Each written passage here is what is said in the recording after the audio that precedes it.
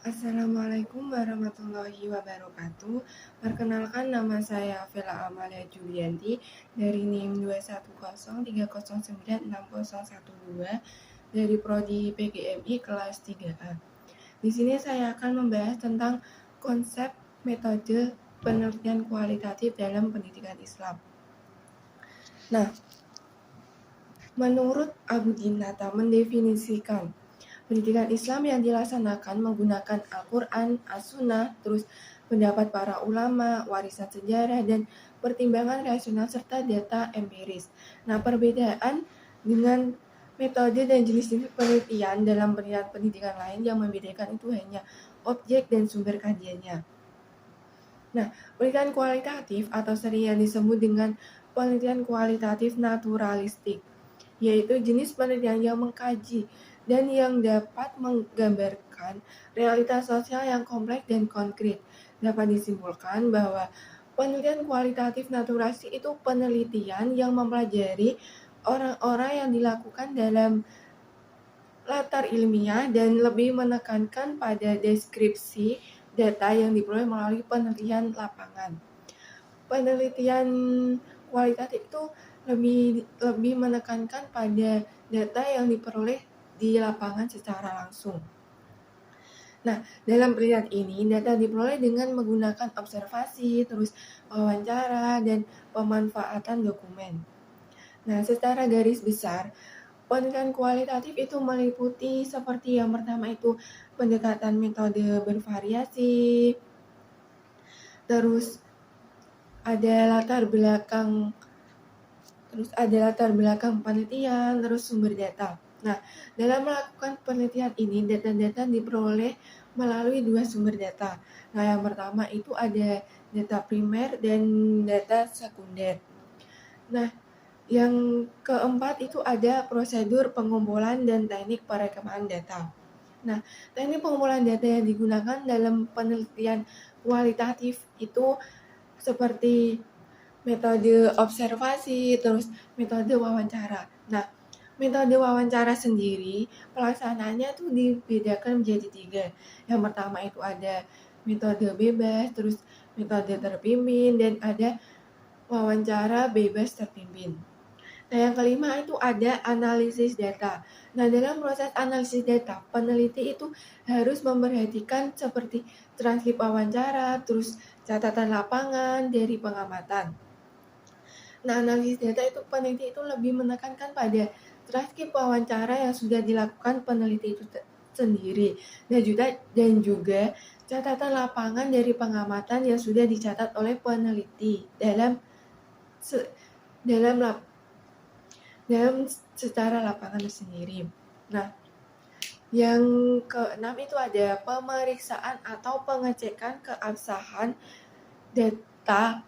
Nah, pemeriksaan keabsahan data sendiri itu dengan observasi yang diperdalam oleh peneliti itu sendiri.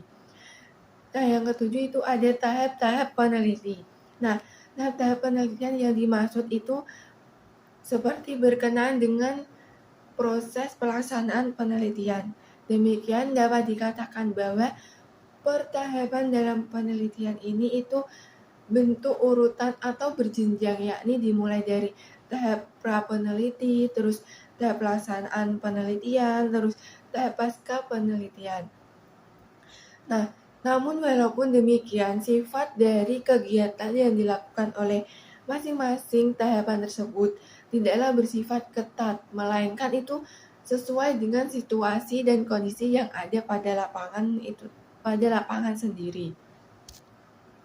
Nah, pada penelitian pendidikan Islam itu dibedakan menjadi penelitian pada umumnya. Yang membedakan itu hanya terletak pada objek dan sumber kajiannya sendiri.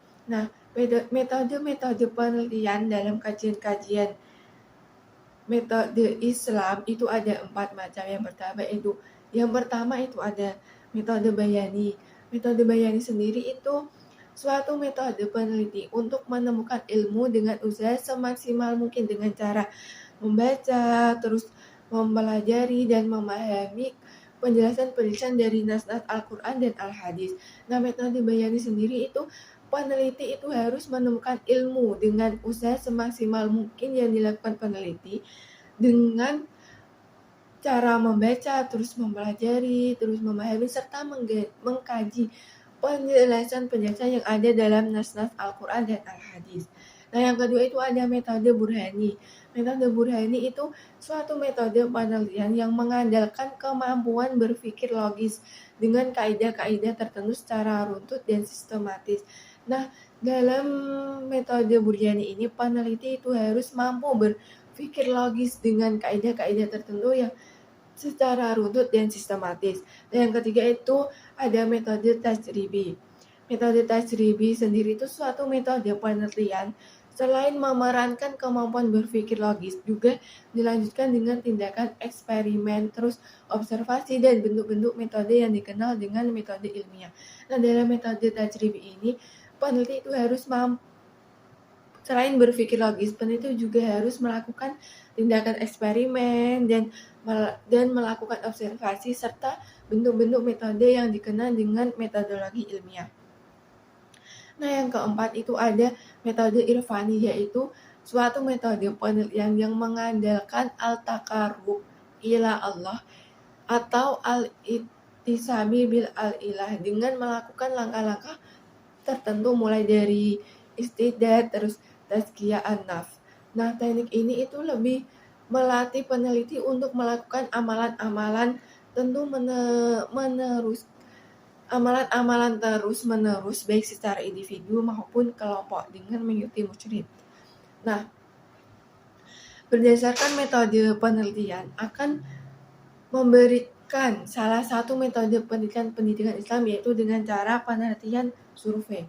Nah, penelitian survei itu dilakukan pada populasi besar maupun kecil. Terus tetapi data yang dipelajari itu data dari sampel yang diambil dari populasi tersebut, sehingga ditemukan kejadian-kejadian relatif, distributif, dan hubungan-hubungan antar variabel sosiologi maupun psikologi.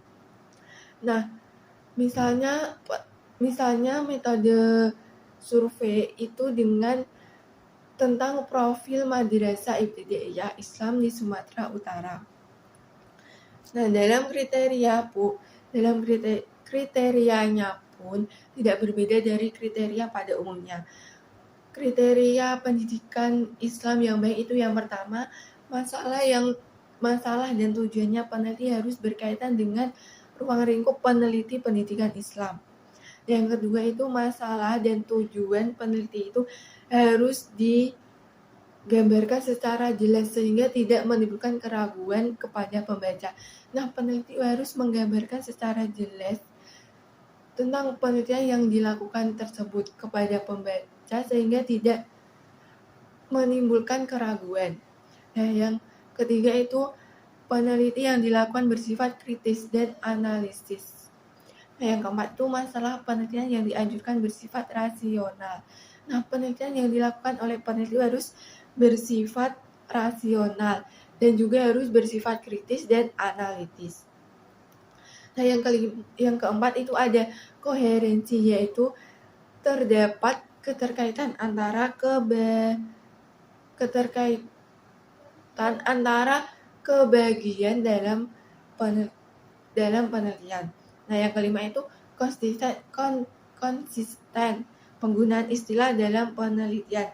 Nah, peneliti itu harus konsisten dalam menggunakan istilah dalam penelitian yang dilakukannya.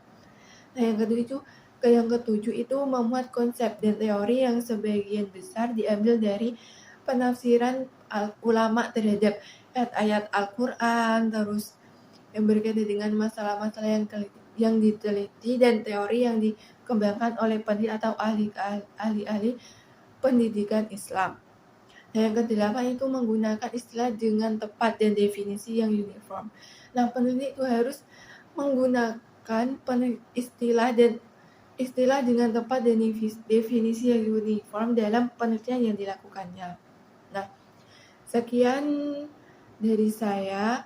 Apabila ada kesalahan dari awal sampai akhir, saya mohon maaf sebesar-besarnya.